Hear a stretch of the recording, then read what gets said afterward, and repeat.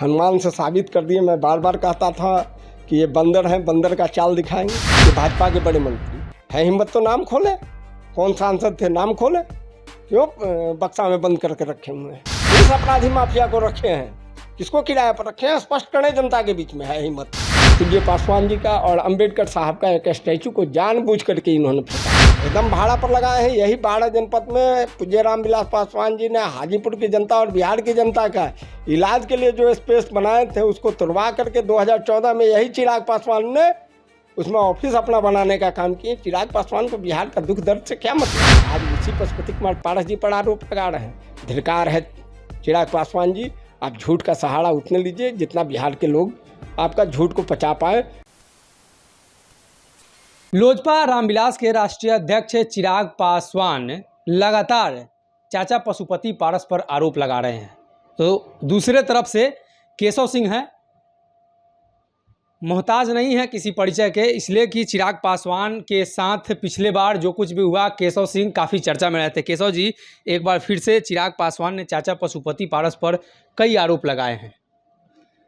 बांझ का जनली परसौती के पीड़ा, एक भोजपुरी का कहावत है। चिराग पासवान राजनीति का ABCD नहीं जानते हैं। और रहा बात कि गोल गोल बात कर कर के फिल्मी दुनिया का ड्रामा कर लेना अलग की बात है, देश की हकीकत राजनीति का बात करना अलग की बात है। किस बात पर पशुपति कुमार पारस जी पर आरोप लगा रहे हैं? कोठी खाली का। ये सबको जानते हैं कि बाड़ा जनपद पूज्य रामविलास पासवान जी के नाम पर आज नहीं 89 में, जिस समय हो सकता है चिराग पासवान का जन्म हुआ ही होगा कि नहीं, उस समय से आवंटित था। और रामविलास पासवान जी रह रहे थे भारत सरकार के बड़े नेता, 6 बार 7 बार सांसद होने के नाते और कई विभाग के मंत्री होने के नाते उस कोठी में रह रहे थे। उनका 8 अक्टूबर 2020 का मृत्यु के बाद ही कोठी खाली कराने का कयास लगाया जा रहा था। भारत सरकार के CPWD ने नियम के तहत उनको कई नोटिस दिया। ये अपने माताजी के माध्यम से दिल्ली हाई कोर्ट का भी दरवाज़ा खटखटाया। हाई कोर्ट ने भी इनका जो अर्जी था उसको खारिज कर दिया। कोठी खाली करना था, लेकिन इस कोठी को बचाने के लिए इन्होंने पहले ही कई नौटंकी कर चुका। कोठी पर भारत सरकार का संपत्ति है, भारत सरकार का प्रोटोकॉल होता है किस कोठी को, किस नेता को हम क्या कर सकते हैं, स्मारक बना सकते हैं या नहीं। हम लोग भी रामविलास पासवान जी के नाम पर स्मारक बनाने के लिए, उस कोठी के लिए संघर्ष कर रहे हैं। लेकिन चिराग पासवान जी को उस कोठी को स्मारक बनाने का कम अपना ऐश आराम सुविधा भोगने का अधिक था, और इसलिए उस पर स्मारक का बोर्ड लगा दिए, पूज्य रामविलास पासवान जी का मूर्ति बैठा दिए। चलिए ठीक बात है। लेकिन रहा बात कि भारत सरकार ने अपने कानूनी प्रक्रिया और कोर्ट के आदेश के बाद उस कोठी को खाली करवाया। कोर्ट का नोटिस के बाद जो कोठी खाली हुआ, आपने तमाम फुटेज को देख लीजिए। कहीं भी इनका कीमती कोई सामान, इनका माताजी चाहे परिवार का अन्य सदस्यगण का कोई सामान नहीं आपको दिखाई देगा। न कहीं बर्तन बासन दिखाई देगा, न एक कंप्यूटर दिखाई देगा, न AC दिखाई देगा। दिखाई दे रहा है फुटेज में कुछ अखबार का बंडल, कुछ ऑफिस के फर्नीचर, कुछ कुर्सी टेबल और 5-10 तस्वीर पूज्य पासवान जी का और अंबेडकर साहब का एक स्टैचू को जानबूझ करके इन्होंने फेंका है।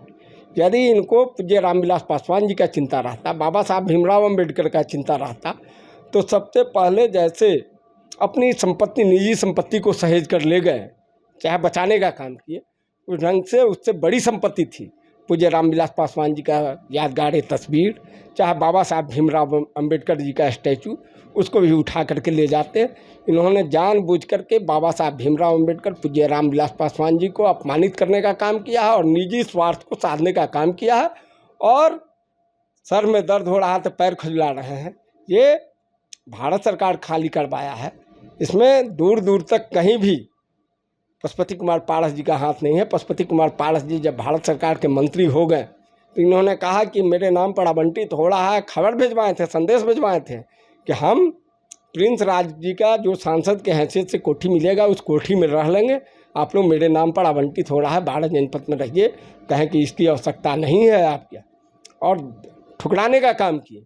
आज उसी पशुपति कुमार पारस जी पर आरोप लगा रहे हैं। धिक्कार है चिराग पासवान जी, आप झूठ का सहारा उतने लीजिए जितना बिहार के लोग आपका झूठ को पचा पाए। आप तरह तरह के षड्यंत्र कर रहे हैं। सारे षड्यंत्र को बिहार की जनता जान वो रही कह है। रहे हैं कि चाचा चाहते तो रोक लेते, आप सभी ने देखा है कि हम नानी के घर चले गए हैं। अरे नानी के घर चले जाएं चाहे कहीं चले जाएं, आप तो फिल्म में, पहले फिल्म में नहीं चले, फिल्म का ड्रामाबाज आदमी है।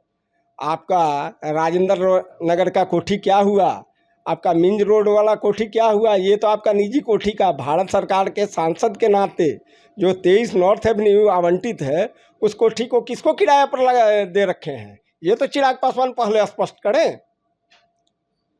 चिराग पासवान जी को 23 नंबर कितने दिनों से किराए पर दे करके क्यों किराया उछल रहे हैं? नैतिकता है, यदि पैसा का लोभ नहीं है, चिराग पासवान बिहार की जनता की स्वार्थ करते तो अपने क्षेत्र के भी कम से कम जनता को जो इलाज के लिए जाता है, जो दुख सुख में जाता है, उसको रहने के लिए खोल दिए रहता। मतलब अपना कोठी उन्होंने भाड़ा पर लगाया है, एकदम भाड़ा पर लगाए हैं। यही 12 जनपद में पूज्य रामविलास पासवान जी ने हाजीपुर की जनता और बिहार की जनता का इलाज के लिए जो स्पेस बनाए थे, उसको तुड़वा करके 2014 में यही चिराग पासवान ने उसमें ऑफिस अपना बनाने का काम किए। चिराग पासवान को बिहार का दुख दर्द से क्या मतलब है?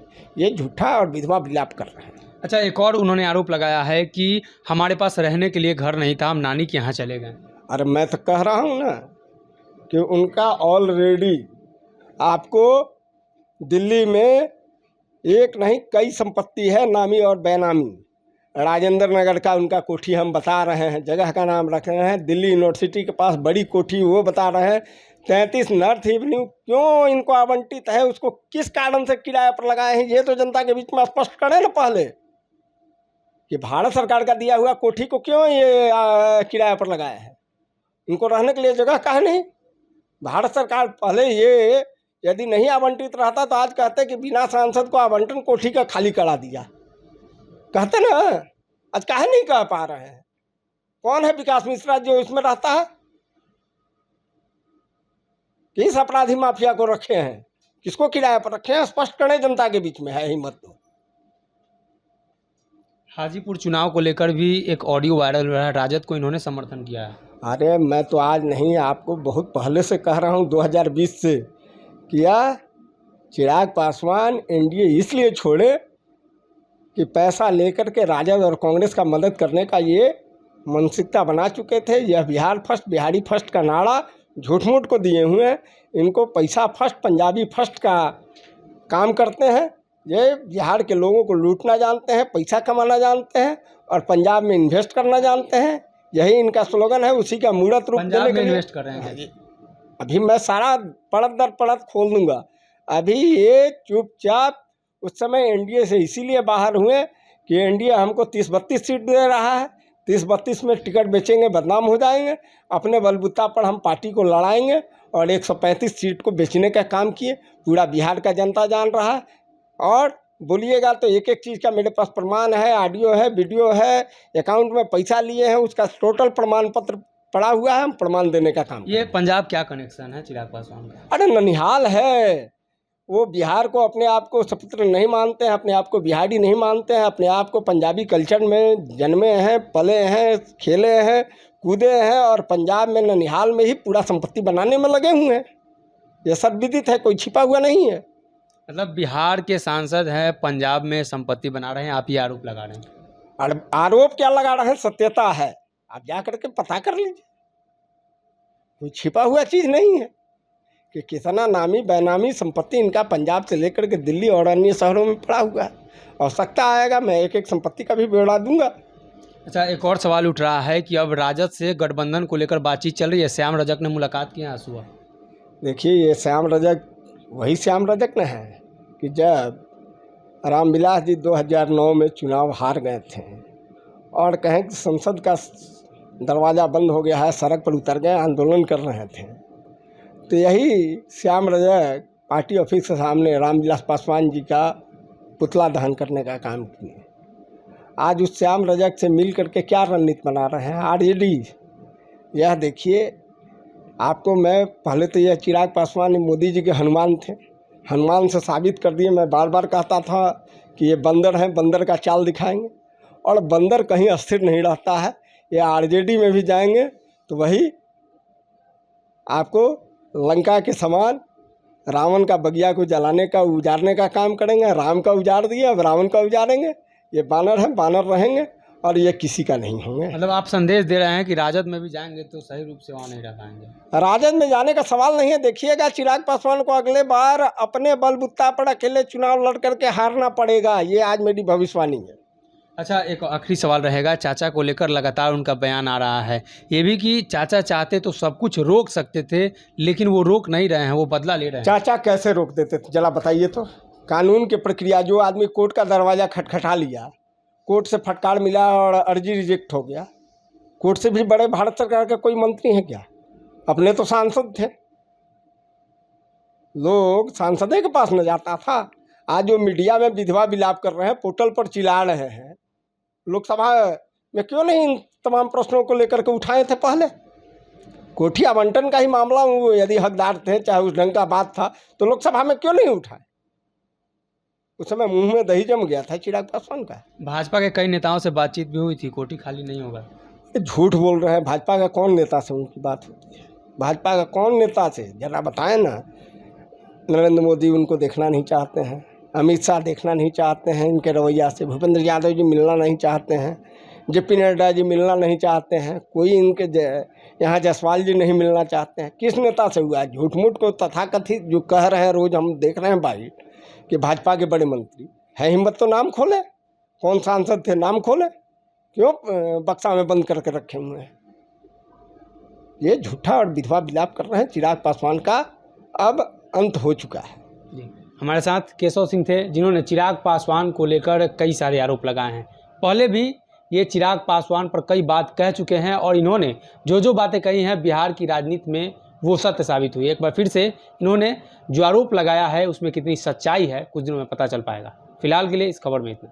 अगर ये वीडियो पसंद आई और वह बिहार के राजनीति और बिहारियत से सरोकार रखेनी तो सब्सक्राइब बटन दबा के चैनल के सब्सक्राइब कर ली। ओजे एगो घंटी बा, ओकरा बटन दबा देला से कुल सटीक और मारक खबर रुआ मुफ्त में मिल जाई। अगर रुआ पत्रकारिता के हमनी के नया प्रयोग में सहयोग कर चाहतानी तो ज्वाइन बटन दबा दी। पेटीएम नंबर नोट कर ली 9386816700। धन्यवाद।